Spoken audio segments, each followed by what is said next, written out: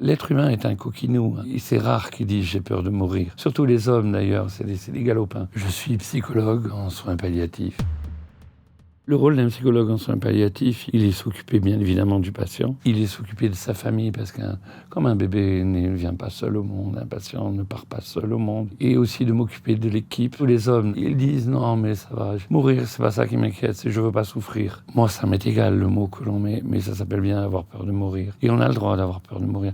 J'aurais peur, je pense. Et en fait, ce métier de soins palliatifs peut paraître comme ça triste, mais ça fait 30 ans que j'aime, ça fait 30 ans que je ris, qu'il y a de la joie. C'est des joies qui portent sur des petites choses. J'avais un vieux monsieur, son kiff absolu, c'était qu'on le rase. Et une dame qui, elle, voulait tout le temps qu'on lui fasse les ongles. Jusqu'au jour où elle m'a dit, on m'a pas fait les ongles, il va falloir que vous y colliez.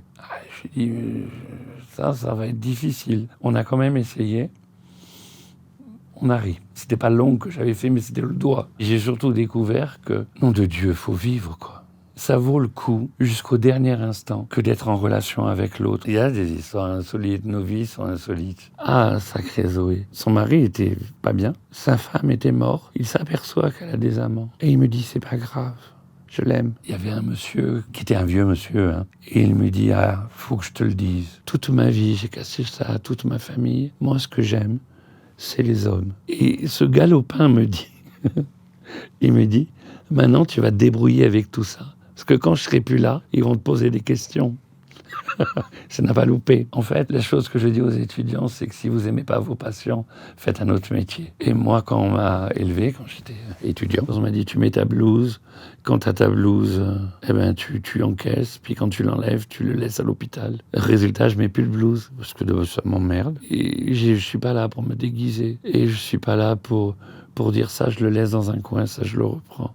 Je prends tout. Et j'ai de la chance parce que ma maison est à peu près 3/4 d'heure de route de l'hôpital. Et donc j'ai 3/4 d'heure pour humer ce que j'ai vécu, pour m'énerver après le Marseillais qui conduit comme une patate. Faut rire du fait que je m'énerve encore alors que je viens de vivre des trucs pas possibles et que je suis toujours aussi couillon. Et je me dis, t'es en vie du doigt.